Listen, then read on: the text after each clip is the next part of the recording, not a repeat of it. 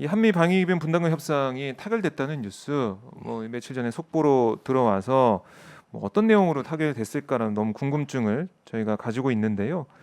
자, 이게 지금 교착 상태를 트럼프 행정부 시절에는 계속 유지를 해오다가 바이든 대통령 취임 이후에 뭐 46일 만에 취임 이후 46일 만에 타결이 됐다라고 하고 있는데 이게 정부가 바뀌면서 급진전된 그렇게 볼 수가 있겠나요? 만약에 트럼프 대통령이 계속 있었으면 안 이거는 됐겠네요. 네. 미국의 정권 교체가 모든 분위기를 바꿔놨다고 아. 봐도 됩니다. 사실 트럼프 대통령 때는 500% 인상, 다섯 다섯 배 인상이니까 네, 지금의 6배를 달라는 거죠. 그렇네요. 500% 인상이니까. 네, 네. 그런데 그 한미 실무 당국자들끼리는 13% 인상을 합의했는데 네. 이걸 트럼프가 마음에 안 든다. 내가 5배라고 음. 얘기했지 않느냐. 이래가지고 트럼프 대통령이 거부를 했고, 네. 그래서 50% 인상안이 그 다음에 나와가지고 또 합의가 됐는데 이거는 문재인 대통령이 거부를 했고, 아. 그래서 양국 대통령의 그 게임으로 2년간 교착 상태로 있다가 네. 그 실무진끼리 양이한 13%로 그냥 이번에 결정을 해버린 것 같아요. 그러니까 이건 뭐 바이든 대통령은 트럼프의 그런 갈치 행위를 비판했던 사람이니까 네.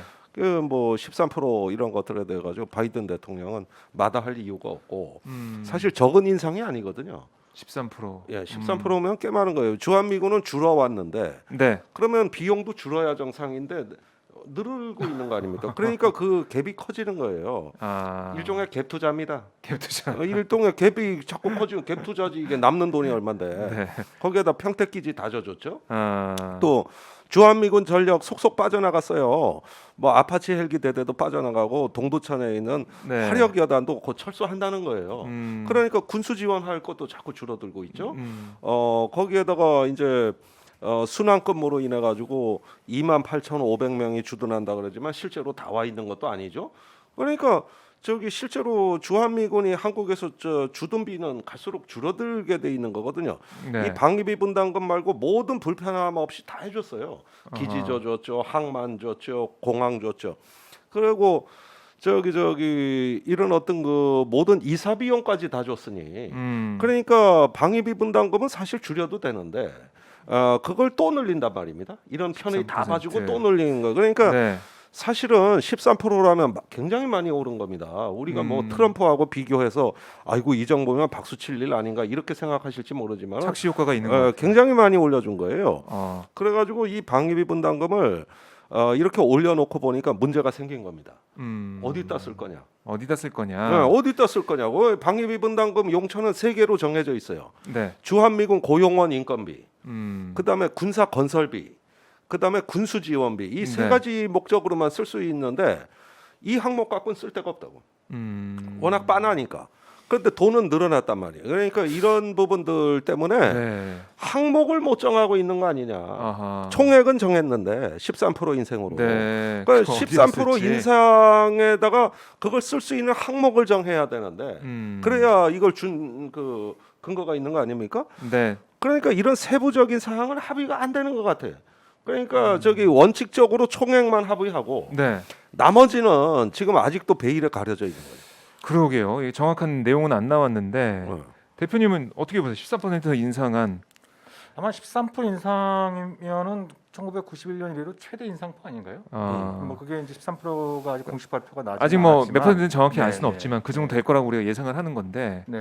그러니까 이게 예. 바이든이 트럼프 덕을 좀 본 거죠. 네, 트럼프가 워낙 세게 불러 네, 상황이니까 네. 뭐 처음엔 5배, 나중에 뭐 50% 이렇게 얘기를 해놓으니까 한 13% 정도 했으면 아 이건 선방한 게 아니냐. 그러니까요. 그렇게 네? 이런 어떤 인식을 보는 심을 건데. 수 쉬운데 네.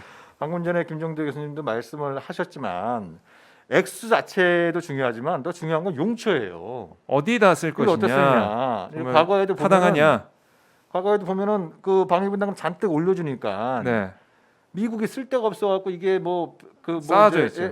미국 은행에 예치해갖고 뭐 이자 수입만 해도 연간 뭐 수백억에 달하는 뭐 재테크 수단처럼 방위분담금이 뭐 이렇게 악용된 사례들도 진짜 있거든요. 돈놀이 하고 있네요. 예. 그리고 이제 과거에도 보면은 예를 들면 대표적인 게 이제 평택 기지였죠. 평택 미군 기지 확장 사업에 원래 국민들한테 알려진 거는 반반씩 부담하기로 했다. 근데 나중에 알고 보니까 미국이 부담하기로 한 바는 대부분 한국이 좀 방위 분담금으로 충당을 했었던 거잖아요. 우리 돈이요. 네네네. 네. 근데 어찌됐든 그 평택 기지도 완공이 됐어요. 네. 그래서 방위 분담금에서 큰 부분을 차지했던 이제 군사 건설비 네. 이것도 더 이상 쓸데 없는데 여기에 복병이 하나 있습니다. 복병이 뭐가 있나요? 바로 경북 성주의 사드 기지입니다. 그러니까 이 사드 배치 결정이 2016년에 나왔을 때에도 네. 우리는 기지 제공하고 그죠? 이제 사드 또 이제 그 운영비는 미국이 부담하는 거다라고 발표가 나왔지만 그때부터 주한미군 사령부는 딴 얘기를 하기 시작했어요. 그러니까 이제 사드 기지를 임프루브, 그러니까 향상시키는 데 있어서 방위 분담금을 사용할 수 있다라는 취지로 얘기를 해왔는데 예. 지금 시기적으로 보면 지금 이제 일반 환경 영향 평가를 하고 있잖아요. 네. 그 와중에도 지금 주한미군과 거기 있는 한국군의 처우 개선을 이유로 해서 계속 이제 물자들 또 공사 시설들이 들어가면서 네. 주민들과 또 갈등이 네. 자꾸 이제 벌어지는 양상들이 벌어지는데 그렇습니다. 시기적으로 보면은 아마 올해 상반기 내에 이게 이제 코로나 19가 변수이긴 하지만 환경 영향 평가가 끝날 가능성이 상당히 높습니다. 네. 예, 그러면 이제 정식 배치를 위한 이제 그 공사에 들어가야 되는데 아마도 미국은 한국에서 받은 방위 분담금을 사드 기지 건설비로 전용할 가능성이 상당히 높다. 그런데 라고 볼 수 있는 거죠. 예. 그 성주로 상당히 빠져나가겠지만 그러고도 남는 돈. 그러고도 남는 거예요. 그러고도 남는 돈이야. 예. 성주에서 아마 공사 스펙을 네. 늘려가지고 뭐 한다 하더라도 그 산꼭대기에 지어봤자 그러고 이미 장비는 다 들어와 있고 네. 그러면은 이제 그것을 안정화하고 영구 그 배치를 하기 위한 기반 공사 내지는 시설 이런 것들인데 무슨 명목을 만들지는 모르겠습니다. 그러나 그래도 남아요, 이 돈. 그래도 남는다고. 그러니까 이게 13%가 만약에 인상된다고 하면 총액이 1조 1,739억 정도 된다고 하는데요. 근데 좀 놀라운 게 2017년까지 방위비 분담금에서 미집행된 금액이 총 1조 789억입니다. 아니 이렇게 돈이 많이 있는데 예. 아니 이 정도는 국가 예산법을 보면은 네. 미집행액, 불용액은 다시 국고로 환수하게 돼 있잖아요. 그러니까요. 예? 그게 뭐 당연한 거고 예. 그게 환수가 되면 또 나중에 뭐 돈도 안 쓰는데 왜 또 이걸 예산을 가져가려고 하냐 이런 식으로 해서 깎잖아요. 깎죠. 예. 깎아서 이렇게 균형을 맞춰가는 건데 왜 여기에는 이게 적용이 안 되는지 이거 어떻게 된 겁니까? 이거 매년 국회 지적 사항이에요. 아. 20년째 지적 사항이에요. 20년째. 우리나라 국가재정법에 의하면 네. 목적의 사용 금지. 줬으면은 그 용도로만 그렇죠. 예산을 써야 되고 네. 안 되면 반납하는 그렇죠. 거잖아요. 네. 그걸 불용액이라 그래요. 그러면 이건 불용액. 국고 귀속입니다. 그런데 이것의 사각지대가 유일하게 정부 예산 중에 방위비 분담금이거든요. 그러니까 보통 기금이나 특별회계에선 좀 융통성이 있는데 네. 본 예산에 들어간 것은 엄격하고 투명하게 집행이 돼야 되는데 한 번도 그런 적이 없거든요. 참. 그러니까 이게 무슨 얘기냐면은 방위비 분담금은 주한미군 주둔의 실수요. 그러니까 비용의 실수요를 바탕으로 작성되는 비용이 아니고 총액을 합의하고 그거에 맞춰 거꾸로 실수요를 짠다 이겁니다. 그러니까 어떨 때는 실수요를 아무리 찾아봐도 이 총액을 메울 길이 없고 남아도니까 그러면은 이제 우리 정부가 머리를 쓴 거예요. 자, 예컨대 1조 원을 지급한다고 치자고. 네. 그런데 이거 줘봤자 당장 못 쓴다. 그러면은 조금 무슨 채권 적립하든지 니네 필요할 때 줄 테니까 지급 시기를 좀 늦추면 어떠냐. 여기에서 또 환율 전쟁이 들어가. 언제 지급하느냐에 따라 가지고 이게 달러로 기준이기 때문에 네네. 이게 달러로 합의된다고요. 그런데 비용은 다 원화로 지출되는 주둔 비용인데 이상하게 또 합의는 달러로 한단 말이에요. 그러다 보니까 환율 차이에 따라 가지고 액수가 막 춤을 춰요. 그렇게 되니까 어떻게 되냐면 네. 언제 지급하느냐 이러다가 지급을 미루고 대신 미군 쪽에서는 그 미지급한 거 확실히 지급한다는 보증만 해라. 이걸 계속 요구하고 있어요 우리한테. 근데 줘봤자 자기들도 골치 아프거든. 은행에 싸뒀다가 욕 뒤지게 먹었잖아. 네. 그걸로 이자 놀이 한다고. 그러니까 그것도 사실 자기들 회계도 문제가 있고 그러니까 조금 천천히 주는 거는 좋은데 반드시 줄 거지. 이래가지고 쌓아놓은 돈, 은행에 쌓아놓은 돈 말고 한국 정부에 쌓아놓은 돈이 이제 저 이렇게 되니까 결국 어떻게 되느냐. 문제는 돈을 너무 많이 준 겁니다. 골치 아파요. 이걸 어떻게 해야 되냐. 그래가지고 제때 쓰지도 않아요. 그러니까 이거 안 쓰는 제때 쓰지도 거는 않아. 그러면은 쓸 데가 없느냐를 한번 따져봐야 되는데 이런 거 있어요. 지금 주한미군기지 동두천, 의정부, 부평, 네. 용산 이런 데서 우리한테 반환하기로 한 기지들 있잖아요. 네. 거기 아주 땅이 썩었다고. 아 그러니까요. 완전히 오염돼가지고 난리도 아니에요. 이거 그러니까 복구 비용. 지자체에서는 이 땅을 받을 수가 없는 거예요. 이랬다면 복구 비용이 더 나가겠어요. 네, 네. 그래가지고 지금 5년째, 10년째 미군이 없는 기지도 반환을 안 하고 있거든요. 그냥 유령 기지예요. 근데 오염 비용을 또 못 대겠다는 거예요. 자기들이 오염 시켜놓고 미국이. 그러면은 예를 들어서 자기들 기지 관리하는데 이런데 비용이 드는 거는 이건 한국 정부 부담이라 그러면서 한 푼도 못 내겠다는 거예요. 네. 한쪽에서는 돈 쌓아놓고 한쪽에서는 이런 것도 책임, 오염자 책임 원칙 아닙니까? 근데 이런 거는 미국 국방 예산도 못 쓰고 방위비 분담금도 못 써. 둘 다 안 돼. 네. 그럼 누가 해야 돼? 한국 정부가 해. 그러면 우리 국방부 돈 없으니 지자체가 해. 그러면 보십시오. 저기 도심에 여기 엄청나게 어마어마한 예컨대 부평 같은 그 도심 지역에 네. 그 땅 그냥 10년째 놀리는 거예요.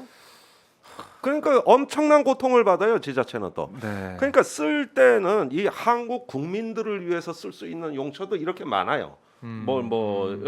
오염 복구를 한다든지. 그거 거기다 써도 뭐든지. 되는데 사실은. 근데 이건 원래 미 국방비로 써야 원칙이에요. 그러나 원칙은 차선책으로 안 되면은 우리가 공동으로 이 대의를 봐서 좀 대승적으로 이런 데 쓸 때를 찾을 수도 있는데 이거는 자기들 군대에 쓰는 돈이 아니면 한 푼도 못 쓰겠다 이거예요. 뭐 따지고 보면. 그러니까 이것도 다 빠져. 네. 이것저것 다 빠지고 나니까 이 돈을 뭐에 쓰냐 이거. 쓸 데가 없어지네. 그래서 과거에는 이제 네. 주일미군 아. 주일미군 정비 비용으로 주한미군 방위분담금이 전용되고 이런 일들도 있었죠. 그러니까 이제 그런 추세들이 더 가팔라질 가능성이 높은 거죠. 그러니까 굉장히 아쉬운 부분은 뭐 보는 각도에 따라 다르겠지만 네. 이제 좀 뭐 이렇게 상식을 강조하고 동맹 정신을 강조하는 바이든 행정부가 출범을 했으니까 그럼 방위분담 관련해서 이 트럼프가 말도 안 되는 당신들도 갈취라고 표현하지 않았느냐. 네. 그 말도 안 되는 얘기를 이제 더 이상 이제 과거 얘기로 접어두고 그러면 이제 합리적인 수준에서 이 방위분담금의 용처에 기반을 둔 이제 총액을 정하는 그런 협상으로 갔어야 되는데 네. 근데 안타깝게도 너무 좀 서두른 감이 있는 것 같아요. 문재인 정부도. 예, 그러니까 이제 바이든 행정부가 이제 출범한 지 얼마 안 돼 있고 네. 그리고 이제 좀 트럼프 행정부 때 좀 뭐 여러 가지 위기 상황을 겪었다라고 하는 한미 동맹이 다시 복원되고 강화되고 있다라는 걸 보여줘야 된다라는 어떤 좀 강박관념에 밀려가지고 너무 좀 이렇게 서둘러서 합의를 해준 것이 아닌가. 더군다나 이게 이제 2020년으로 소급 적용돼 갖고 6년 동안 6년 동안 2025년까지 이제 적용이 된다고 하는데 우리들은 내용은 또 그게 있는 거죠. 그러니까 이게 1차 연도만 13% 인상으로 되는 거냐? 그럼 그 이유는 예를 들면 과거에는 이제 물가 인상률하고 연동을 시킨다든지. 네. 근데 이번에는 아마 가능성으로 볼 때는 한국의 국방비 증액과 연동시킬 가능성도 있는 것 같아요. 아직 구체적인 발표는 안 나왔지만. 근데 또 중요한 부분은 미국이 이제 이 방위비 분담과 관련해서 주한미군 주둔 경비뿐만 아니라 한국의 국방비 증액 그리고 미국의 무기와 장비 구매 네. 이런 것들도 협정 안에 넣으려고 시도를 한 거죠. 그게 반영이 된지 안 된지 모르겠어요. 아직 구체적인 발표가 나오지 않아서. 네. 그러니까 방위비 분담금을 예를 들면 겁니다. 방위비 분담금 인상률을 한국의 국방비 증액이라고 연동을 시키는데 또 한국은 이제 미국한테 매년 몇 프로 정도씩 예를 들면 한 7% 정도씩 인상을 약속을 하고 네. 그러면 국방비가 늘어남으로써 방위 분담금도 늘어나게 돼 있어요. 그죠? 연동이 돼 있어요. 그래서 이제 미국의 한몫 챙기고 또 한국의 국방비가 늘어나면 또 미국의 무기와 장비를 더 많이 살 거 아니에요? 네. 그래서 또 한몫 챙기고. 그러니까 이게 마치 이제 이게 한미 동맹이 갈수록 미국의 재테크 수단이 되고 있는 뭐 이런 좀 상황들이 그러니까 만들어진 것 그 같아요. 실상은 좀 말씀드려야 되겠는데요. 우리가 연간 미국 무기 직구매 비용으로 나가는 게 한 2조 내지 3조가 됩니다. 와. 그런데 이 2조 3조에는 함정이 있습니다. 정비비로 이 무기 구매비와 별도로 나가는 돈이 지금 엄청나게 폭증하고 있어요. 아, 정비비. 예, 그게 이제 업그레이드 비용, 수리 네. 부속, 또 이런 어떤 거 우리가 프린터 그냥 싸게 샀다 그러지만 토너 사는 비용으로 다 뺏겨. 맞아요. 그런데 이런 거예요. 아. 그 장비 프린터가 뭐가 값어치가 나갑니까? 그 뒤에 토너로 돈 벌지. 그렇죠. 지금 무기가 그런 식으로 돼가다 보니까 정비비가 매년 30%씩 증액되고 있습니다. 제가 국회의원 될 무렵에 우리나라 군 장비 정비비가 한 1조 원에서 2조 원 사이였어요. 이게 2030년에 5조 원 규모입니다. 아이고. 그러니까 그 폭증하는 배경은 전부 첨단 무기입니다. 음. 특히 항공기는 제일 많고요. 네. 그런데 매년 30%씩 늘어나고 있는데 그 규모가 5조 원으로 2030년 이전에 폭등하는데 이 돈이 다 어디로 갈까? 이 돈이 다 어디로 가냐고. 그러면은 계속 그거 늘어나죠. 그다음에 아까 정옥식 대표가 얘기한 평택기지 이전 비용은 94%를 한국이 비용 분담했습니다. 네. 10조 원짜리입니다. 그러니까 이런 거 방위비 분담금하고 다 별도로 들어가는 거니까 동맹 비용이 자꾸 증가해가지고 지금 저기 그렇게 보면 한 해 뭐 몇 조, 뭐 6, 7조 되는 돈이 미국으로 빠져나갈지도 몰라요. 건설비까지 하면은. 예. 그러면은 방위비 분담금 1조 원이 오히려 작아 보여. 오히려 그 정도로 실제로는 동맹 분담이라는 방위 분담, 그러니까 디펜스 쉐어링, 네. 방위 분담 자체가 엄청나게 커지고 음. 방위 비분담 1조 원 정도 되는 요것은 사실은 그 뒤를 쫓아가고 있는 거예요. 아, 그 쫓아가고 있는 거라고. 중요한 부분이 있네요. 그러니까 앞에. 제가 얘기하는 건 뭐냐면은 우리나라가 방위비 분담금 하나를 이렇게 쟁점화하는 거는 저로서는 좀 불합리하다고 봐요. 그것보다는 동맹 비용 총량을 계산해서 우리가 동맹을 유지하는데 돈을 얼마나 쓰냐. 거기에다가 주한미군 토지 공짜로 주죠, 건물 공짜로 그렇죠. 주죠, 항구, 항만 공짜로 사용하게 해주죠. 이런 거 다 방위비 분담해서 빠져나가 있어요. 간접 비용으로. 다 빠져나가 있어요. 그러니까 덩어리 큰 건 다 빠져나가고 현금 지원 몇 푼만 갖고 얘기하는 거예요. 지금 우리 얘기가. 그게 1조 원입니다. 네. 그러면은 6조, 7조 거기에다 간접 비용에다 항만, 고속도로, 공항 이용료에다가 각종 어떤 수도세, 토지 매입시, 전기세 유류세, 부가가치세, 저기 뭐냐 이런 거에다가 또 주한미군 훈련하다 대민 피해 입으면 그 보상도 한국 정부 부담이에요. 네. 그러니까 이런 게 십수가지가 쏠쏠한 비용이 다 숨은 동맹 비용인데 이것도 방위비 분담금에 안 들어가요. 그러면은 제가 보기에는 우리가 희생을 하는 그 동맹의 총량 비용 큼지막한 건 다 빼버리고 네. 이거 하나만 가지고 줄다리기를 하는 건 이거는 일종의 왜곡 착시. 이거에서 야 우리가 1조 원만 주면은 동맹이 되는가 보다. 이런 착시 현상이 그렇네요. 되는 버리는 거예요. 이게. 이것만 생각하고 있었는데 말씀 들어보니까 정말 예. 맞네요. 비용이 엄청난 만만치 거예요. 않네요. 아, 그렇다고 이걸 뭐 우리가 지금 당장 어떻게 할 수가 있는 건 아니고 끌려다니는 그런 입장이기 때문에 얘기를 제대로 못 하는 거 아니겠습니까? 근데 일단 이게 끝난 게 아닌 게 네. 이제 국회에서 비준을 받아야 되잖아요. 예. 국회에서 더 이상 거수기 역할을 하면 안 됩니다. 아. 예. 그리고 지금 돈 한 푼 가지고 특히 이제 코로나 19 이게 민생 위기 이게 겹치면서 네. 지금 그 국민들을 위해 써야 될 돈들이 얼마나 많습니까? 예. 이런 어떤 상황에서 아이고 뭐 이렇게 뭐 선방해 갖고 이제 또 뭐 위기에 처한 한미 동맹을 복원했다 뭐 이런 식으로 네, 네. 또뭐 얘기에 그냥 휩쓸려 가지고 국회에서 그냥 뭐 묻지 마시고 그냥 이렇게 통과시켜주는 이런 어떤 그 관행부터 좀 바꿔야 된다. 그러니까 좀 뭐 구체적으로 어떤 내용을 바꾸고 있을지 모르겠지만 네. 적어도 지금 김종대 교수도 말씀하신 것처럼 그 문제점이라도 좀 국민들이 좀 인지할 수 있도록 인식할 수 있도록 국회에서 좀 활발하게 토론해낼 필요가 있는 거죠. 네. 그래서 지금 이제 여당 아마 지금 더불어민주당이 야당이었으면 굉장히 반발했을 겁니다. 굉장히 반발했을 가능성이 높은데 네. 이게 이제 문재인 정부 때 이루어지다 보니까 별말 없이 이제 계속 통과시켜주고 있는 이런 상황들이 반복되고 있는데 이것만은 그러니까 계속 이런 식으로 가면 돈은 돈대로 쓰지만 그렇다고 해서 우리 안보가 좋아지느냐? 예, 그거에도 이제 퀘스천 마크가 있는 거예요. 그러니까 아마도 이제 미국은 뭐 한국에 대한 이제 비용과 역할을 계속 좀 전가하면서 한미 동맹을 지역 동맹화 하려고 하는 이런 어떤 이제 그 기류들이 질 텐데 네네. 그렇게 되면 북한하고도 문제가 더 커지죠. 중국하고도 문제가 더 생기죠. 또 러시아하고도 갈등이 생기죠. 이렇게 될 가능성이 있으면 그럼 안보 수요가 계속 늘어나는 거예요. 예.